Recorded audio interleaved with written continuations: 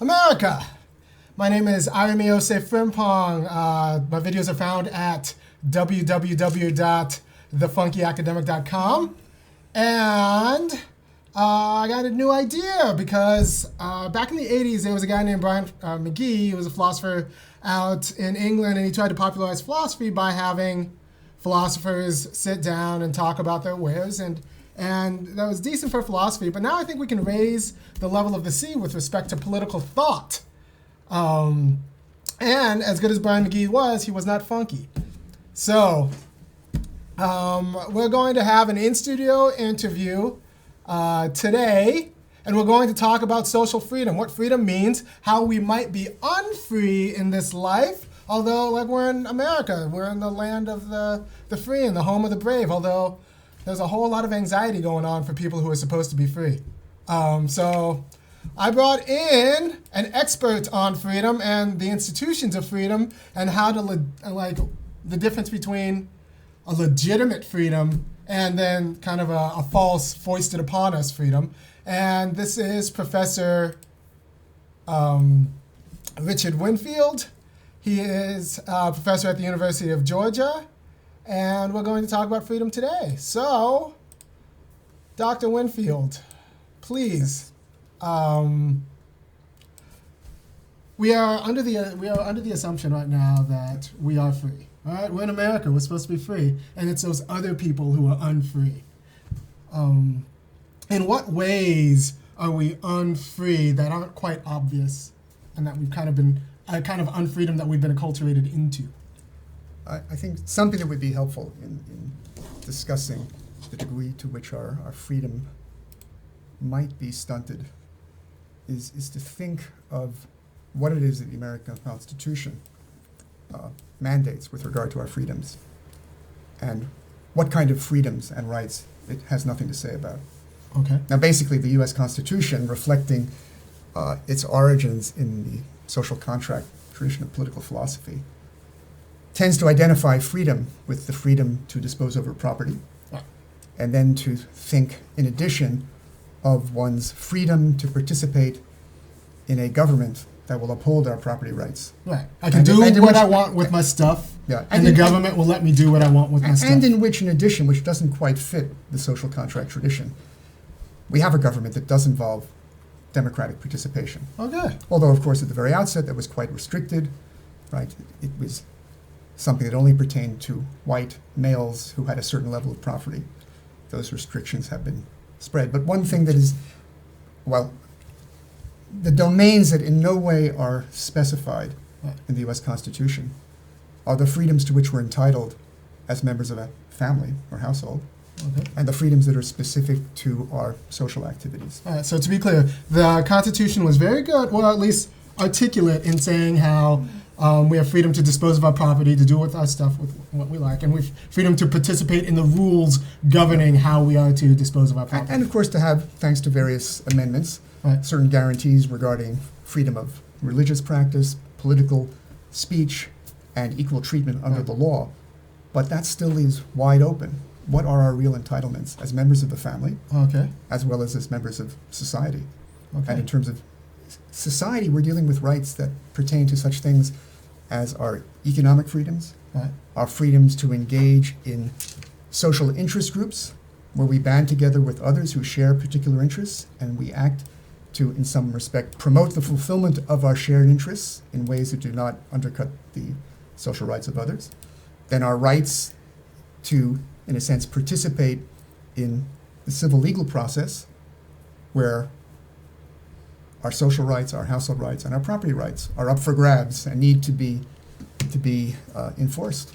And then the rights we have as individuals who are subject to the kind of public interventions that need to be made to enable us to actually exercise our economic freedoms, as well as our family freedoms. So in our Constitution, that actually enumerated all of the appropriate rights. You would not just deal with the property rights. We would also deal with the rights to organize, rights to, and we have an entire sphere of law that's family law. Is that not appropriate? But the question is, where does it have any constitutional guarantees? Of course, there is a sphere, but in terms of any, let's say, specification of rights that in a way should not be subject to removal by further statutory activity.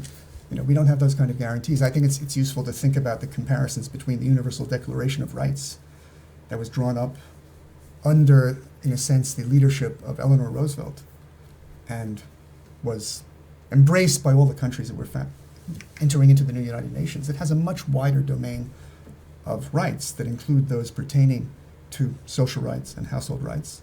That's not to say that the signers in any way are abiding by those rights, but it put on the table certain kinds of rights and the corresponding obligations of recognizing those rights of one's fellow members of society and so forth, that our Constitution has yet to fully absorb and guarantee. So there is such a thing as family rights, and we know that there's such a thing as family rights because we have a family court that says, I'm allowed to treat my child differently than a stranger is allowed to treat my child. And one has certain rights and duties with regard to a spouse that obviously are different from one's rights and duties with regard to one's lover, to whom one's not married, or to friends, or to strangers. Good. And all of these are relevant and recognized. I can visit my wife in the hospital in a way that other people can't. And this also pertains to who one is entitled to marry. Right. One of the latest advances in removing unjustified restrictions on the exercise of family freedom was to extend the right to marry to people who are not heterosexual. And before that, it was laws against miscegenation. And of course, there were obviously all sorts of inequalities built into the marital relationship pertaining to gender differences and the like, which have, to a large extent, been removed. But if you think about the way in which our economic activity is allowed to operate, it still operates in a way that makes it very difficult for members of society to fulfill their family rights and duties, especially women, given the realities of childbirth and, care for children at the very outset, breastfeeding and the like. Yeah. So in a well-ordered sphere of rights, all of these different spheres of right are interdependent and don't kind of encroach upon the other. Yeah. I should be able to fulfill my rights as a spouse to my spouse, yes, and also at the same time fulfill my social rights, and also at the same time be able to participate in a democracy in a way that's appropriate. And but the partialities that are legitimate within the household are not legitimate to intrude into social opportunities or political opportunities. Then it becomes a nepotism, which has a negative significance. Right. Likewise, one's economic freedoms and one's pursuit of wealth and earning and so forth should not be allowed to intrude into the sphere of politics, where it could have any unequal impact upon one's political options and political opportunities. So in this respect, each type of freedom needs to be maintained within its sphere and not be allowed to intrude beyond it. And only then can we actually really exercise our political self-determination and have equal political opportunity. Every type of entitled freedom, since none of them are privileges, involve a kind of equal opportunity. Right. So we are entitled to equal opportunities with regard to our role as spouses, as parents with regard to our children, as members of society, with regard to our economic opportunities, our opportunities to engage in social interest group and advocacy, our status before civil law, and as well as beneficiaries of any kind of public administration of welfare. And then, of course, our opportunities to participate in democratic self-governance. All right, so if I work a job and my job precludes me from leaving to go vote, you would say that that's an infringement on my rights. Yeah, I mean, clearly, if one's either family rights and duties or social rights and duties are not going to prevent one from participating on equal footing with others in the political sphere, certain kinds of adjustments have to be made. And that means, on the one hand, that one's family rights and responsibilities and social rights and responsibilities have to be so fashioned that all citizens have the time, in some respect, to participate in politics. And that means not only having some free time to do so, but also to be provided with the resources to engage in political activity. So, for example, it's not enough to say that we can all have universal suffrage. Right? We supposedly have the right, all of us, to run for office. But it's no accident that if you look at who our representatives are, they now, for the first time, have become, on average, millionaires. Because how can one afford to run for office, especially given how long political campaigns are, when to do so, one has to stop doing one's work, Right. if one's really going to do it seriously. Right. But unless you have your own particular legal practice, Right. where you might be able to continue working and earning income, you find yourself bereft of income, and in all likelihood bereft of the opportunity to return to resume your job, either if you lose or after having served. So something has to be done if we're really going to all have the opportunity to participate in politics and vie for political office. You know, candidates, I mean, people who qualify for candidacy have to be provided with the means to live during their political campaign. As a matter of right. As a matter of right, because if you're not given the means to exercise your rights are being violated. And that's a wrong. That's a criminal. And that is a wrong. If it's done intentionally, of course, it amounts to a criminal wrong. If it's not done intentionally, it's a non-malicious wrong, but a wrong that still involves liability for damages. We're going to get into this, people, because he just made some provocative statements. But first, I need you, if you're watching on Facebook, to like this video so that other people see it on their Facebook page, and share this video. And it's going to be later available on my YouTube channel. You can just, go to YouTube and put in IRAMI, that's IRAMI, or The Funky Academic. I'll come up, become a subscriber, because we hope to do this more often. But please like and share this video. And if you really like what we're doing, go to www.thefunkyacademic.com and decide to kick in and become a monthly member for a few dollars a month. But let's get back to what you suggested about rights. That means a few things. One, we're talking about something more robust than expecting my employer to pay me for jury duty, or to not fire me or punish me for jury duty. You're expecting it to be the case that if my employer intentionally withholds my right to go exercise my suffrage, or punishes me for running for office, that employer might be criminally liable for infringing on my right, actually doing a wrong to me. Well, we have to think about whether the entire burden of providing individuals with the resources they need to falls on the employer. Good. Now, in our country, we have tended to locate the furnishing of various kinds of guarantees, such as health care, health insurance, such as a pension, such as sick leave and so forth, on one's workplace and employer. And I think the reason for this is that we as a nation, unlike some other nations, have failed to make it a matter of public guarantee that all residents will be provided with the health care they need simply in order to exercise any of their freedoms, with the kind of sick leave they need, and also with the kind of pension to allow them to have replacement income when they're no longer able to work. Now, because we haven't done that, employees were the ones who fought tooth and nail, essentially through their unions, to compel their employers to offer these benefits. The employers were not going to do it, even if you have an employer who would like to. No. There's a basic principle of business ethics that I guarantee is not taught in any business school, and it is that businesses can be ethical and viable only if all businesses are required to provide the ethical treatment to their employees, to the consumer, to the environment, because only if it's a universal mandate will no business suffer additional expenses by doing the right thing and fall prey to the forces of competition of those who are leaner and meaner. All right, so you're going to run into problems with universal mandates in a globalized economy. Well, I mean, you're right. In some respect, one wants to push for them to be as universal as possible through universal treaties and the like. Right. But every nation has the possibility of curtailing the forces of competition from outside one's borders by making use of one's authority over foreign commerce. That doesn't mean one has to be completely protectionist, but one does have resources to contend with those kind of issues. Ideally, the way of solving it, if one wants to avoid any kind of protectionism, is to get international agreements that somehow deal with this. But we are in a world where there are great discrepancies in wealth, discrepancies in wage levels, and so forth and so on. Obviously, it is a real challenge.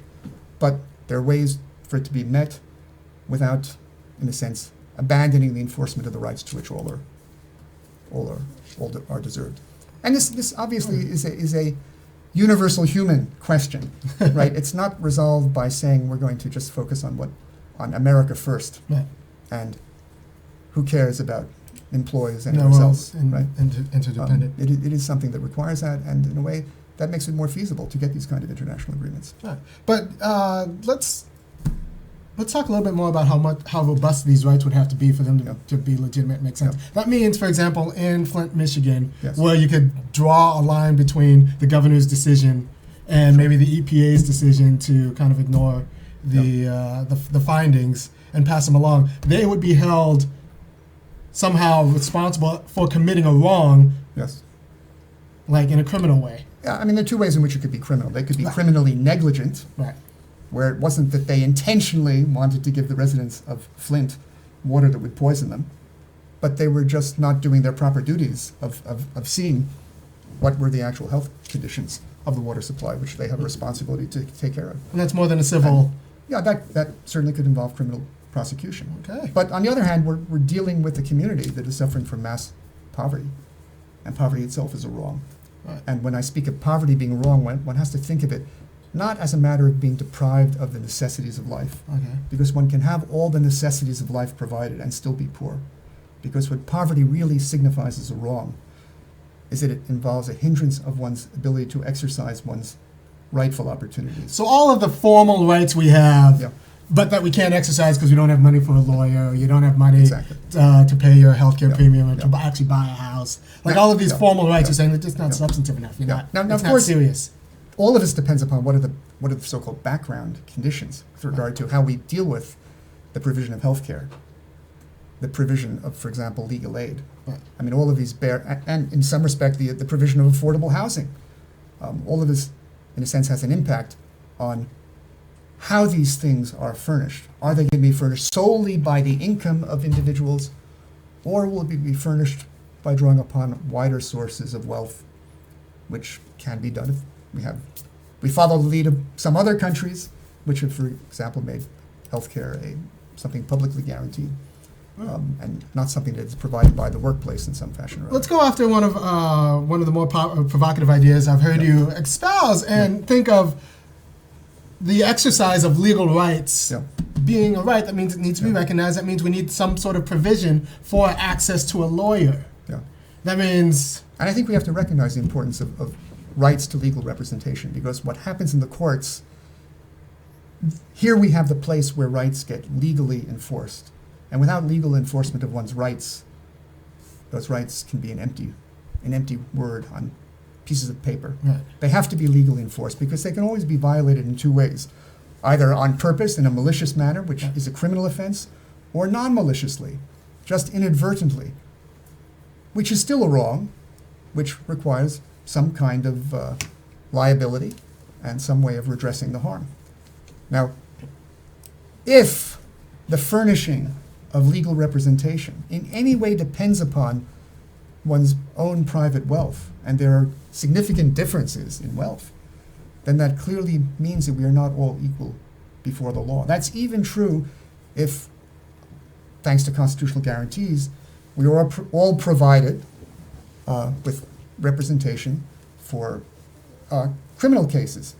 So if we can't afford defense in a criminal case, it will be provided by the state. But the way that's provided involves, on the one hand, legal aid lawyers who, generally speaking, are relatively underfunded compared with the more affluent corporations of lawyers, who have tremendous caseloads, who don't have resources to engage in investigations outside of court. And all of this will be guaranteed to each individual as a right? Well, the thing is, we have to think about how we can ensure that, first of all, in criminal cases, individuals have access to equal quality of representation. And this needs to be extended to civil cases, because civil cases are just as important as criminal cases, because they involve the same harms, right? Whenever there's a harm, it could involve death, it could involve disability, it could involve losing control over your children, it could involve all sorts of property settlements with spouses, all sorts of other issues.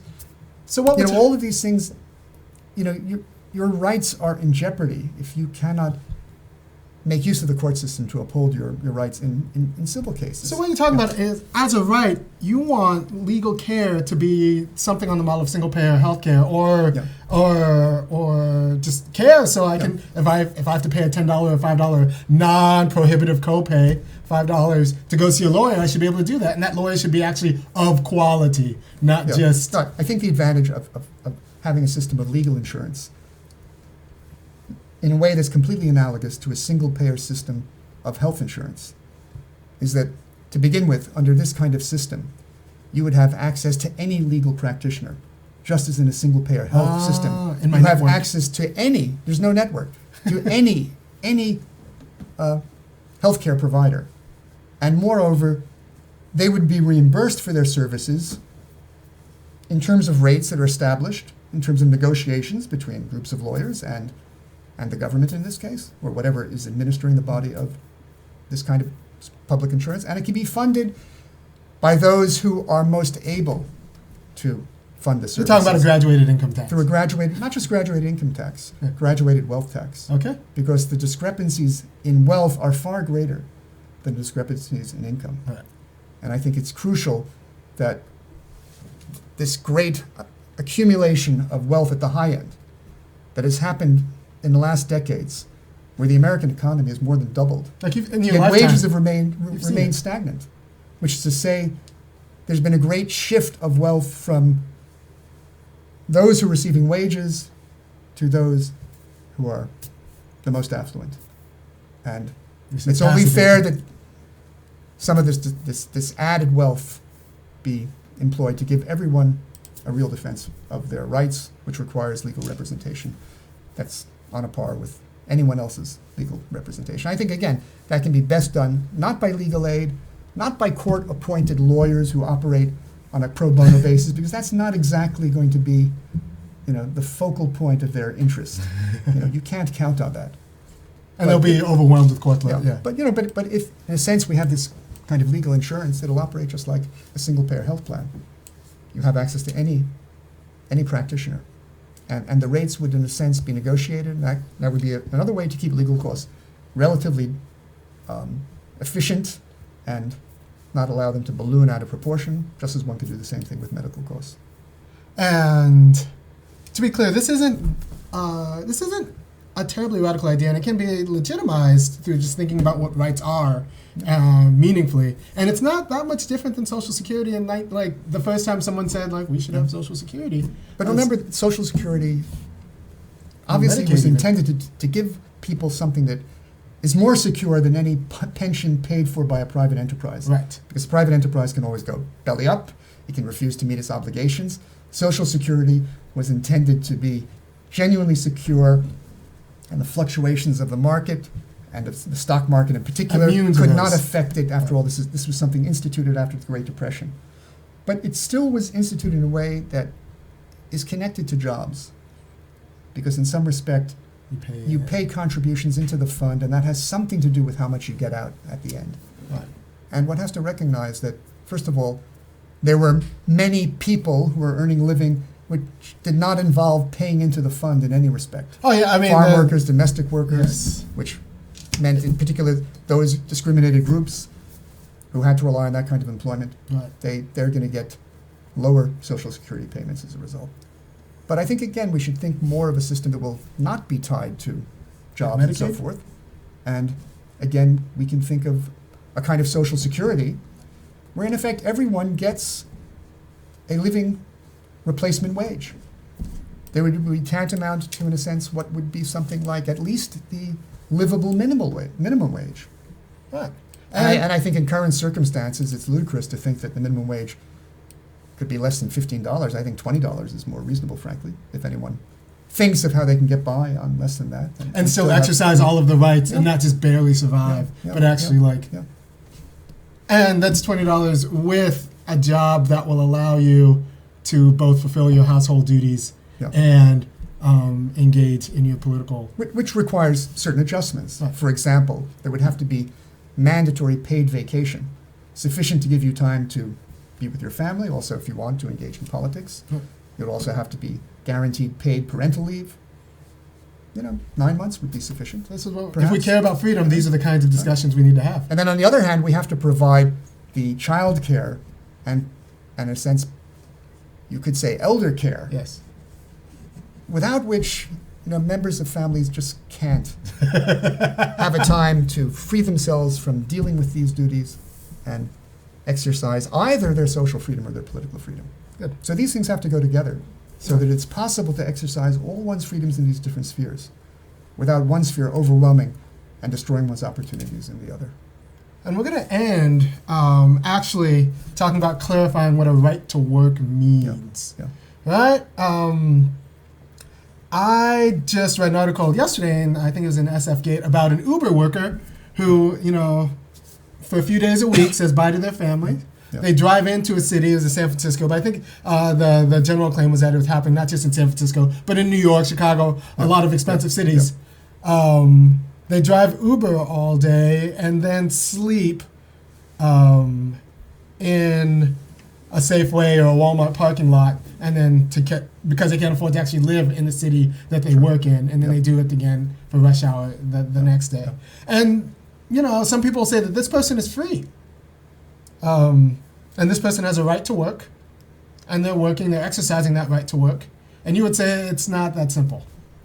Well, when I speak of the right to work, I'm not directly addressing the question of how one's income is sufficient to provide for affordable housing. Right. I mean, ensuring that there is affordable housing is, in some respect, an independent issue. Right. But what I have in mind with the right to work is that, in a sense, the market is an institution where we're able to do something you can't do without markets. You can't do in traditional societies, where the occupation you engage in, what goods you have, is not determined by your choice, but is determined by what kind of group you're born into and various other kinds of traditional restrictions. But in the market, you have the opportunity to be able to choose how you're going to earn a living, what you're going to do, what kind of things you're going to seek.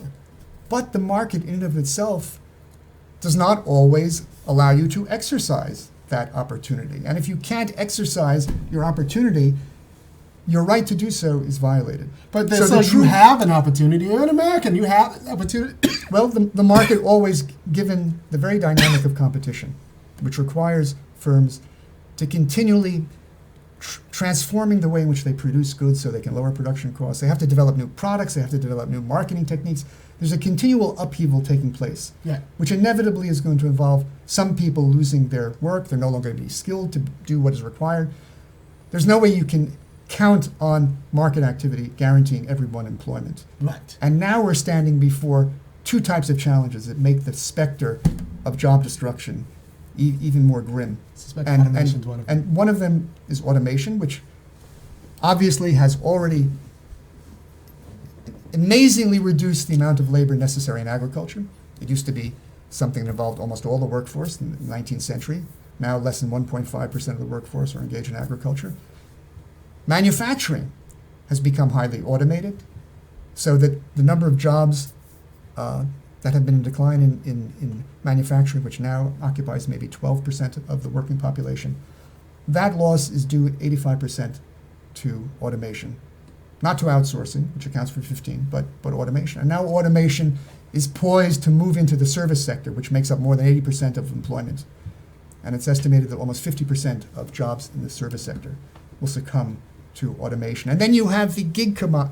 The gig economy. We're entrepreneurial, right? Yeah, we're supposedly entrepreneurs, but what it really means is that because of the internet and various other technological advances, employers can get rid of full-time workers who involve all sorts of nuisances and benefits, and just have freelancers and pay them in a piecework way for services they provide. We might have to do another episode just on what we lose when we lose full-time workers and the concept of full-time workers. But go on. Well, anyway, you can see that the right to work is very much in jeopardy. And if we're going to recognize that it's a right, and it's a fundamental right, and in a way it's a right that if it's secured allows for all sorts of things to be done, because any time you impose upon the market or business certain requirements, you'll always be met with the answer that, well, this is going to lead to job loss. because companies are not going to be able to provide for the environment, be environmentally protective, allow flexibility in work without laying people off because of the additional costs. Well, one has to eliminate that problem. That whole line of argument you want to eliminate with one fell swoop. By publicly guaranteeing employment at a living wage to all who are able and willing. Now, this would not involve having jobs that are going to compete directly with what's already going on in the private sector. That would be counterproductive. Right. It would just foster new unemployment. Okay. It has to be a matter of providing the kind of public goods that profit-seeking enterprises are neither willing nor able to provide. We're talking about make-work jobs. Well, not make-work. Rather, doing jobs for all of the goods that are necessary to promote our rights. I mean, think of all the substandard housing, lack of affordable housing, eliminating the problem of homelessness. All sorts of things can be constructed that the real estate market and home builders are not able to make a profit on currently, right? Likewise, caring for individuals who are by themselves, the elderly, providing aid in schools, getting involved in all sorts of public works without turning America into one big toll road, as our current president seems to want to do with his supposed public works program. You know, there's no shortage, and we can look at it as a kind of anticipation of what could be done. To go back, you know, to the 1930s when Roosevelt came out with the WPA, the Works Project Association, which put 8 million people to work, and of all sorts, artists, writers, lawyers, whatever, and producing the kind of public goods that we still take advantage of today. And there's room for all of that, and think of what a new birth of freedom this would represent, where everyone coming of age knows they will have a meaningful job available to them. Anyone coming back from the armed services will know they will have a meaningful job awaiting them. They won't have to face homelessness. Everyone coming out of prison will have a meaningful job awaiting them. It'll be possible to earn a living legally. Yes. And there will be no temptation to have to resort to anything else. Right. And the entire line of argument that we can't expect corporations, even in the private sector, to behave appropriately because it would lead to job loss. That line of argument's gone. Yeah. So I think this is actually a keystone. It's not sufficient by itself, but it's absolutely necessary and indispensable.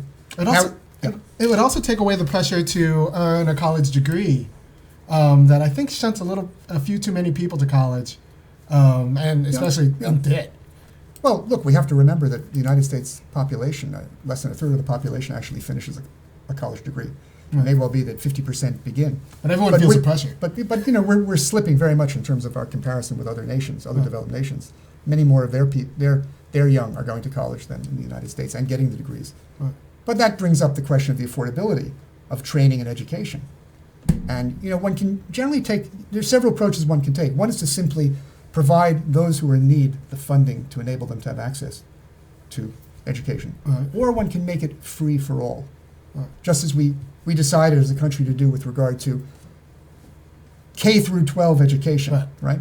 And I think if you make it free for all, we make all public universities free, all public technical institutions, colleges free, that allows it to be something that can gain universal support on the one hand and not stigmatize those who are going to be the ones who need support out of need. Good. And I think that approach is politically more feasible and superior in all respects. And so you're talking about a right to work that guarantees jobs that are politically determined. We come together and decide what needs to be done in the community. Yeah, it can be done nationally because there are things of national scope, right? But it can be done on the state, it can be done in the local community. And these jobs would have to pay enough so that you could exercise all of your other rights. Yeah. Now, of course, how much is required has to do with how we provide health care, how we provide legal aid, and so forth. Right. You know, do we make it something which is paid for out of the wages of individuals, or is it paid for by a different source? But again, we're talking about what has to be a living wage, and these guaranteed jobs, they would have to be paid at what in effect would be the new minimum wage. Right. And it should also be what people who cannot work should be receiving. They should be receiving the same livelihood. Because there are people who just are not able to work, and they deserve to be supported, so they can exercise their rights. Right. And now and we're talking about the abolition of poverty. The actual abolition of poverty as a matter of right. As a matter of right. And respecting rights. And not as something that is impossible. It's not impossible. It can be done. And if you look at how much wealth we as a country have, we consist of less than 5% of the world's population. We have 40% of the world's wealth. There's an immense amount that can be pooled, of course, not only for us, but for things that are helpful to the world at large. And let's be honest, building a dignified working class, a lot of that money will be spent. Well, that's the other thing. It generates an economy. What's completely false about the trickle-down economic theory is that the more you have economic inequality, the more economic stagnation you have. And the reason is that the 1% can only spend so much of their money on golden toilet seats on which to go on Twitter, right? They can't spend that much of their wealth, whereas those of more modest means spend much more of their wealth.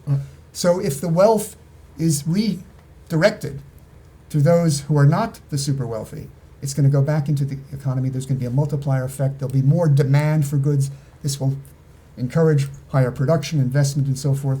It's no accident that our rate of growth has declined as we become less equal. All right. So these are important features. I'm gonna excuse me. I'm gonna wrap this up a little bit and let the people go on with their day. So to be clear, in this video we've talked about there are multiple spheres of right. We acknowledge them in some ways. We're very good at acknowledging property rights, the ability to dispose of property as you may, as you would like, and the ability to participate, at least in a shallow way, in democracy. We're less articulate about talking about other rights that are still acknowledged. For example, family rights, the special rights and duties you owe to your spouses and your kids that you don't owe to strangers. And then how these spheres of right, and then also there would be social rights, which include employment rights and maybe the right to organize your workforce to bargain for a better standard of care in your workforce. And so we're less clear about how these different spheres of rights interact with each other, and then allow for also the exercise of political rights. So a better democracy, a better discourse around rights would consider the differences in these kinds of rights at a constitutional level, and then make publicly known how they're supposed to interlock. Is that accurate? Yes. And I just might mention one thing we did not discuss, which is of crucial importance, is the question of facilitating a universal unionization of employees. Okay. And we can discuss that at some future time. Good. Well, thank you for your time, and hope to see you back in the studio soon. Great. Thank you. Thank you. All right, and thank you. And look, if you like what we're doing here, if you want us to do it more, this video will be available on thefunkyacademic.com and also on YouTube, and we'll go on Facebook Live now. Tell your friends and share the video so that other people know the kind of quality of discourse that I think the nation needs, so that maybe we make better, more meaningful decisions going forward in our political life. Thank you for taking the time to watch. Thank you for taking your day with us, and I hope to see you soon. Bye.